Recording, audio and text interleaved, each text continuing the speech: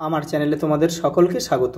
আজ আমরা class 6 Ryan Martin প্রশ্নবিচিত্রা থেকে ইতিহাসের দ্বিতীয় পর্যায়ক্রমিক মূল্যায়নের 6 নম্বর স্কুল সলভ করব।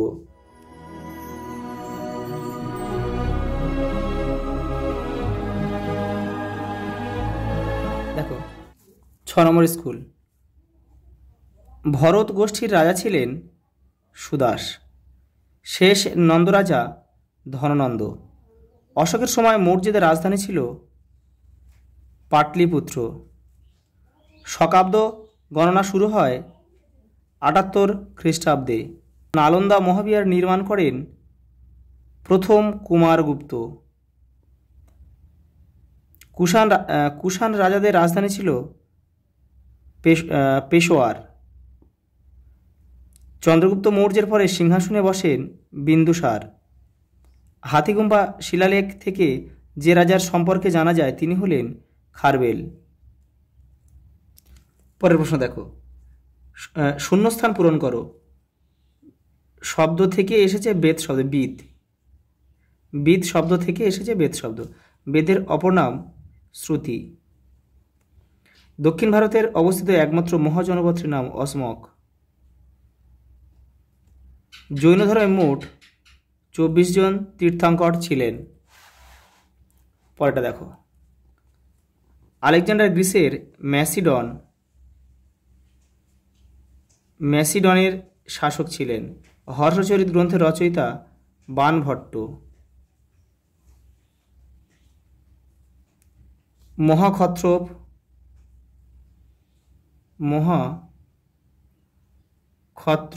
উপাধি নিয়েছিলেন শক ক্ষত্রপ রাজা রুদ্রদামন। মেগাস্থিনিস রচিত একটি বিখ্যাত গ্রন্থ ইন্ডিকা।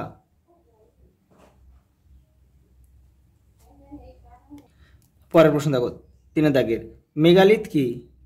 বড় পাথরের সমাধি। বৌদ্ধদের প্রধান ধর্মগ্রন্থের নাম কি? ত্রিপিটক। পরেরটা দেখো, অশোক কার কাছ থেকে বৌদ্ধ ধর্মে দীক্ষা গ্রহণ করেন? উপগুপ্তের কাছ থেকে। শিলাদিত্য কার উপাধি ছিল? হর্ষবর্ধন। পরের প্রশ্ন দেখো, শেষ মৌর্য সম্রাটের নাম কি? বৃহদ্রথ। সুয়ানজাংয়ের ভ্রমণ বৃত্তান্তমূলক গ্রন্থের নাম কি? সিইউ কি? গুপ্ত সাম্রাজ্যের শ্রেষ্ঠ শাসক কে ছিলেন? সমুদ্রগুপ্ত। বাণভট্ট কার সহকবি ছিলেন? হর্ষবর্ধন।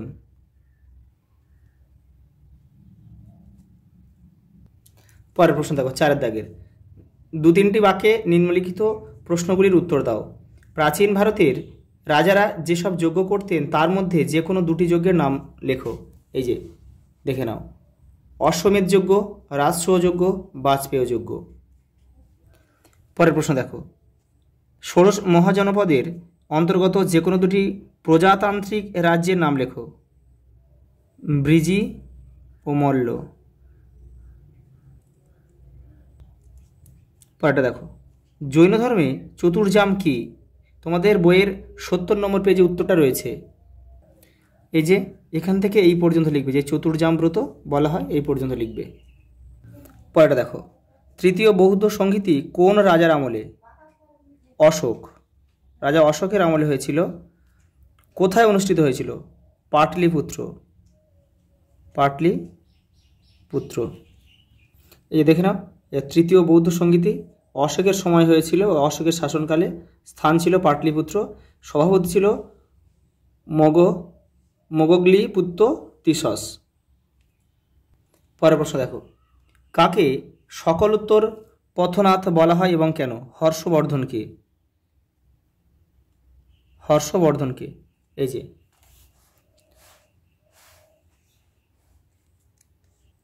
এই যে এখান থেকে লিখবে, এখান থেকে এই পর্যন্ত লিখবে।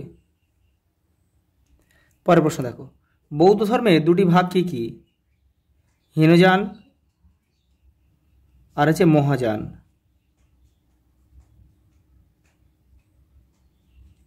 পরেরটা দেখো, সভা ও সমিতি কি, দেখে নাও। পরবর্তী বৈদিক যুগে সভা ও সমিতির গুরুত্বর কথা জানা যায়। সভাতে বয়স্ক ব্যক্তিরা যোগ দিতেন, গোষ্ঠীর সভায় সম্ভবত সমিতির সদস্য ছিল। সমিতিতে নানা রকম রাজনীতি বিষয়ে আলোচনা করা হতো। এই পর্যন্ত লিখতে হবে। এখানে পেজ 53 পেজে কিন্তু তোমাদের এই উত্তরটা রয়েছে। পরের প্রশ্ন দেখো, নির্বাণ বলতে কি বোঝো, দেখে নাও। পরের প্রশ্ন দেখো, মগধের উত্থানের কারণগুলি আলোচনা করো। তোমাদের টেক্সটের 66 নম্বর পেজে উত্তরটা রয়েছে, এখান থেকে এই পর্যন্ত। পরের প্রশ্ন দেখো, টিকা লেখো অশোকের ধর্ম, দেখে নাও। এই যে অশোকের ধর্ম তোমাদের টেক্সটের 85 নম্বর পেজে উত্তরটা রয়েছে, দেখে নাও। এখান থেকে এটা পড়ে তোমরা লিখবে। লাস্ট প্রশ্ন দেখো, বৌদ্ধ ধর্মের মূল নীতিগুলি আলোচনা করো, দেখে নাও। তোমাদের টেক্সটের 72 নম্বর পেজে উত্তরটা রয়েছে, এই যে এখান থেকে এই পর্যন্ত লিখবে। আজ এই পর্যন্ত, দেখা হবে পরের ভিডিওতে।